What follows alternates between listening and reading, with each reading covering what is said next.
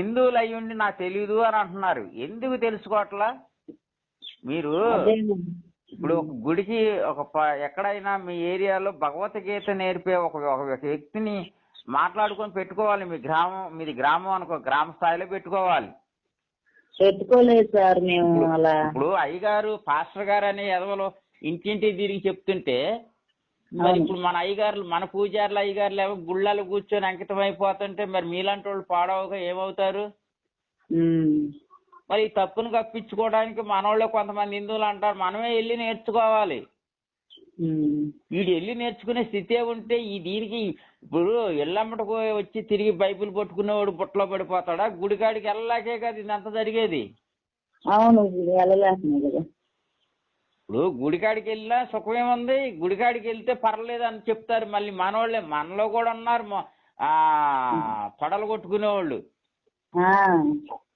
ఇప్పుడు వాడు గుడికాడికి వెళ్ళినా కూడా మీకు ఆడెవడో ఇప్పుడు ఆ ప్రవచనం చదివేవాడు ప్రవచనం కాకుండా మంత్ర శ్లోకం చదువుతాడు. అదేం మంత్రం చదివాడో వాడికి తెలియాలి, ఆ దేవుడు తెలియాలి. మీరు వెళ్ళిన భక్తులు తెలియదు. తెలీదు, ఏదో చేశాడు, మేము వెళ్ళాము వచ్చాం అంతే. ఇప్పుడు సంస్కృతంలో చదివిన దాన్ని మళ్ళీ తెలుగులో చెప్తే మీకు అర్థమైద్ది. అవును, ఈ తెలుగు మామూలు అప్పుడు మాట్లాడేస్తారు కానీ ఆ శ్లోకం చదివేటప్పుడు చెప్సావరుగా. అవును, చెప్పరు. నేను ఇప్పుడు బ్రాహ్మణులు కూడా ఇదే తిడుతున్నా, మీ వల్ల ఈ దేశం ఎట్లా బస్టు పట్టిపోయిందిరా సన్నాసులారా అని. అవును, ఆ బ్రాహ్మణులు మాలోళ్ళను మాదిగోళ్ళను వెళ్ళేసి తక్కువ అంచనా చూసేసరికి ఇప్పుడు వాళ్ళదే ప్రభుత్వం అయిపోయింది. అవును, వాళ్ళు మమ్మల్ని కలుపుకోలేదు కదా, అప్పుడు మమ్మల్ని గెంటేసింది కదా, మాకు ఎందుకు విలువ లేకుండా చేసిందని వాళ్ళు ఇప్పుడు ముందుకు వచ్చింది వాళ్ళ రాజ్యం. అదే ఇది ఎట్లా పుట్టుకొచ్చిందంటే తల్లి, ఈ అంటరాంతనం యేసు ప్రభులో కూడా ఉంది బైబిల్లో. అప్పట్లో మనకు స్వతంత్రం రామునికి ఈ అంటరాంతనం లేదు. ఈ బ్రిటిష్ వాళ్ళు ఈ క్రైస్తవ బ్రిటిష్లు ఎవరైతే ఉన్నారో మన దేశాన్ని ఏలటానికి వచ్చినప్పుడు ఈ అంటరాంతనాన్ని వాళ్ళే ప్రవేశపెట్టారు. ప్రవేశపెట్టి వదిలేసిపోయిన దాన్ని మళ్ళీ మనోళ్ళు కొనసాగించారు కొంతమంది బ్రాహ్మణ్స్. నువ్వు అన్నట్టు ఇది స్వతహాగా బ్రాహ్మణులు పుట్టింది కాదు. బ్రిటిష్ క్రైస్తవులు మన దేశాన్ని 200 సంవత్సరాలు ఇంచుమించుగా ఏలేరు మనల్ని. ఆ ఏలి వదిలేసిపోయిన దాన్ని మనం కొద్దిగా కొనసాగించారు మనోళ్ళు.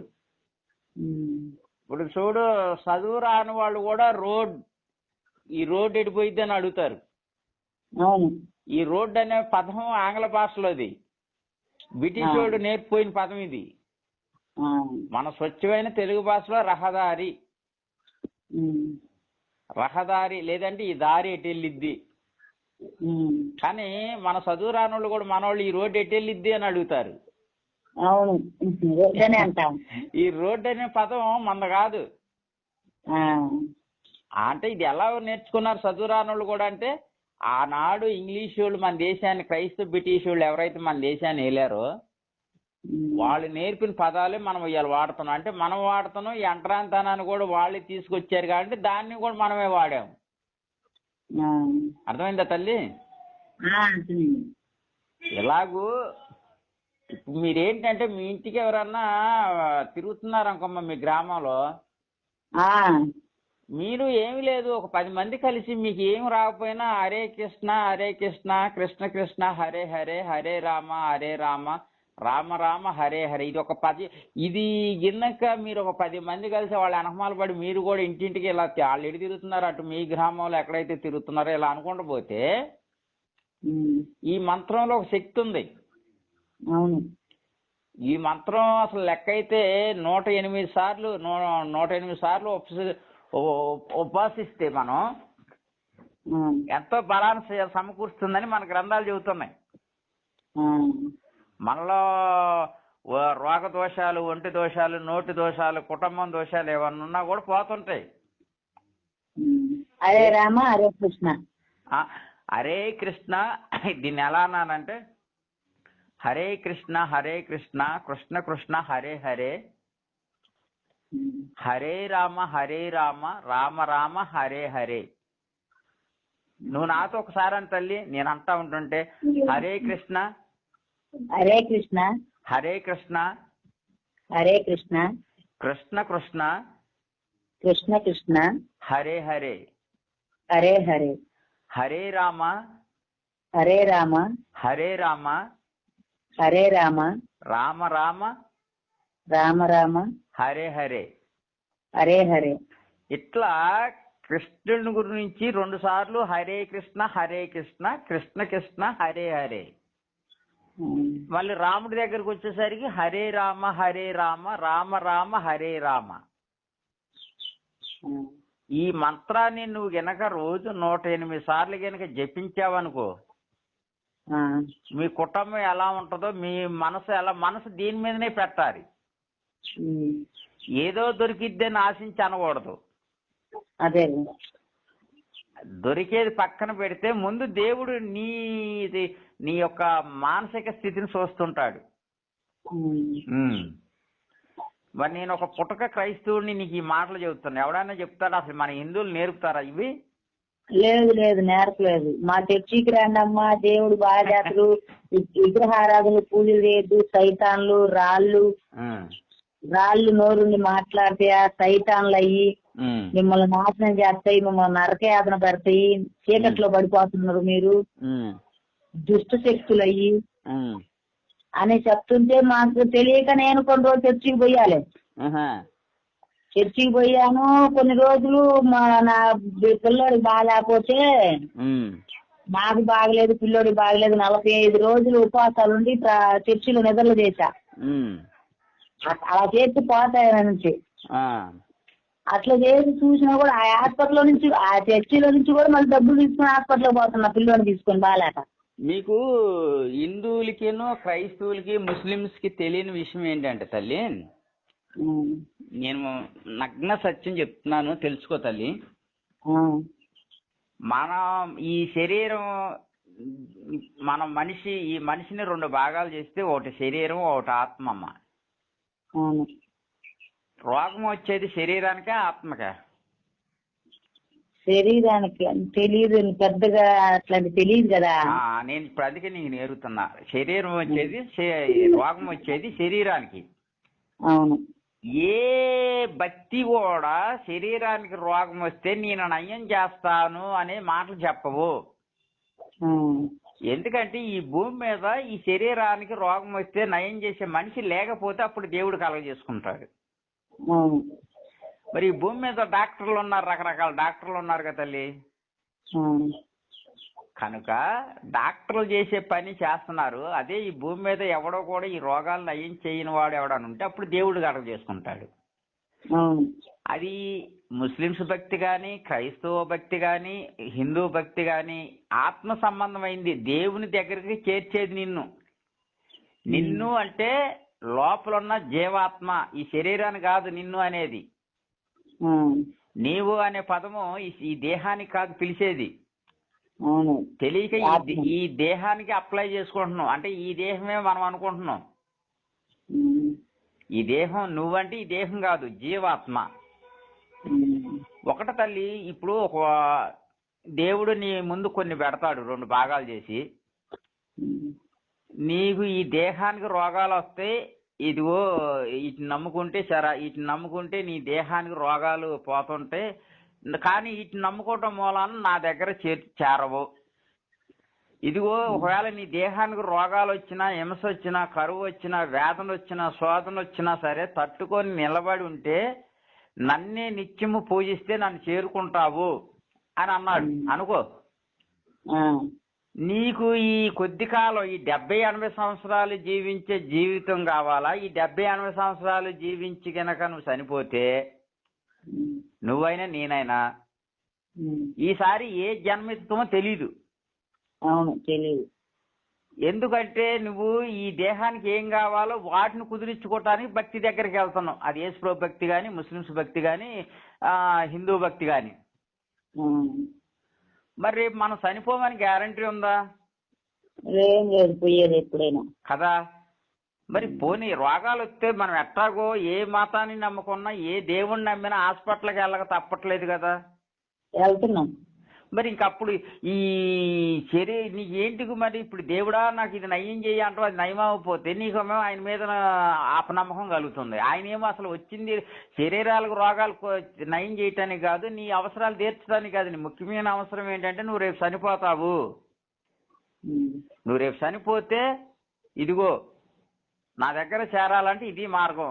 ఈ మార్గంలో నీకు చాలా శ్రమలు శోధనలు ఉన్నాయి, వీటిని దాటుకొని వస్తే నన్ను చేరుకుంటావు అంటున్నాడు.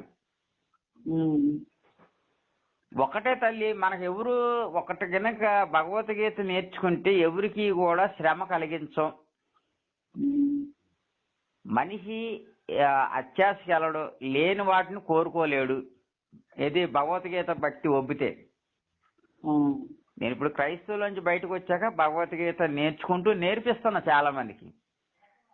మంచిదే కదండి. ఇలా ఒకరికొకరు ఎడదీయకుండా అందరూ కలిసిమెలిసి ఉండేంత భక్తి అయితేనే బాగుంటది. కానీ ఇడిపోయి అమ్మ నాన్న వద్దు, వీళ్ళెవరు మీద ఆశ లేదు, ఆస్తి వద్దు. నీకు ఒకటే చెప్తున్నా తల్లి, మళ్ళీ మన ఇద్దరం బతుకుంటామో ఉండమో తెలియదు, మళ్ళీ మాట్లాడుకుంటామో తెలియదు. కానీ ఇంక మాట్లాడతావులేండి, ఎందుకంటే మాకు పెద్ద దిక్కు నువ్వు. ఎప్పుడు కూడా ఒకటే గుర్తు పెట్టుకో, నీకు శరీరానికి రోగం వస్తే డాక్టర్ దగ్గరికి వెళ్ళండి. ఈ భక్తి అనేది దేవుడికి నీలో ఉన్న జీవాత్మ సంబంధించింది. రేపు నీవు ఇప్పుడు ఈ మనిషి అవతారం నీకు ఎందుకు ఇచ్చాడు దేవుడు భగవంతుడు అంటే, నిన్ను పుట్టించింది దేనికంటే ధర్మంగా బతికి ధర్మాన్ని అనుసరించి ధర్మాన్ని నేర్పని. సనాతన ధర్మంలో నేర్పేది. ఇక బైబిల్ అంటే చెప్పనవసరంలో, నువ్వు కూడా చూసి వచ్చావు, కొద్ది కాలం చర్చిలకి వెళ్ళావు వచ్చావు కాబట్టి. వాళ్ళ బైబిల్లోనేమో నరకం పరలోకం అని ఉంటది, అదంతా అబద్ధము. ఎందుకంటే ఈ నరకం పరలోకం ఉందని చెప్పే ఎదవలు ఎవరైతే ఉన్నారో వాళ్ళే చెయ్యరాని పాపాలు చేస్తున్నారు. అవును, చేస్తున్నారు. పాపాలు చేయకుండా ఉన్నోళ్ళు ఎవరంటే ఈ భక్తులే. ఇప్పుడు చూడండి, మీకు ముందు పరిచయమైన పాస్టర్ నేను ఎంతో మందిని చూశాను తల్లి. నేను ఇవాళ బైబిల్ అడ్డం పెట్టుకుంటే బోల్డ్ డబ్బు సంపాదించేవాడిని నా వయసుకి. ఇప్పుడు నాకు 46 వచ్చినాయి. నేను 41 సంవత్సరం ఏమో వచ్చిన దాకా కూడా కొనసాగించా. నేను ఎక్కడ డబ్బు కోసం పని చేయలేదు. నేను ఏ పని చేసినా డబ్బు కోసం చేయలేదు, కుటుంబం బతకడం కోసం చేసేవాడిని. కానీ ఈనాడు చూడు, చాలా మంది పాస్టర్లు మురికి బట్టల్లో చినిగిపోయిన బట్టలతో పరిచయం అయ్యి ఒక 2-3 ఏళ్ళు పోయిన తర్వాత వాడు కారుల్లో, లగ్జరీ ఖరీదైన కారుల్లో ఖరీదైన బట్టలు వేసుకొని తిరుగుతుంటారు వాళ్ళు, వాళ్ళ భార్య, పిల్లలు. ఖచ్చితంగా నువ్వు నిజమే చెబుతున్నావు. మరి దీన్ని ఏమంటారంటే దేవుడు మమ్మల్ని దీవించిండు అని అంటాడు. ఆ ఎదవ దేవుడు లంజా కొడుకు నిజంగా మంచోడు అయితే, మంచి స్వభావం అయితే, మీరు రాత్రి బొగులు కష్టం చేసి మీ పిల్లల అవసరాలు తీర్చకుండా, మీ కుటుంబంలో అవసరాలు వస్తే తీర్చుకోకుండా వాడు పోయి ఇస్తుంటే ఇచ్చేవాడు గొప్పోడా తీసుకునేవాడు గొప్పోడా? ఇచ్చేవాడే గొప్ప కదా. మరి ఆ ఎదవ దేవుడు ఏం లెటర్ దీవిస్తున్నాడు ఎదవా?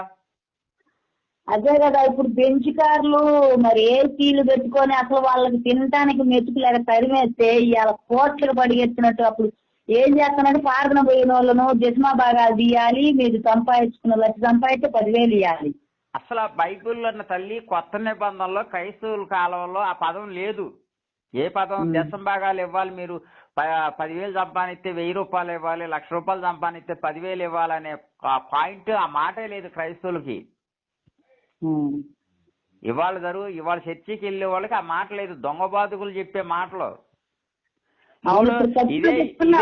ఇదే హిందువులు ఇంత మునుపు గుళ్ళకి దేవాలయాలకు వెళ్తే బేపన పంతులకి అయ్యగారికి ఒక 10 రూపాయలు ఇవ్వడానికి చేతులు ముందుకు వచ్చేవి కావు. అవును. ఈనాడు ఆ ఎదవల నా కొడుకులకి వేలకు వేలు, లక్షలు గుమ్మరేస్తున్నారు. లక్షలే. అర్థమైందా తల్లి? అర్థమైంది. మరి బ్రాహ్మణుల్లో పక్క మనం ఏ చిన్న చిన్న తప్పులు పట్టుకుని అవి పక్కన పెడితే మరి వాళ్ళు ఈనాడు వాళ్ళు ఎంత అలమటిస్తున్నారు. పోనీ వేసేవాళ్ళు మనోళ్ళు ఏమో ఎంత దరిద్రులు అంటే పెద్ద పెద్ద గుళ్ళు కాడికి, దేవాలయాల కాడికి వెళ్ళి వాడికి వేస్తారు. అవును.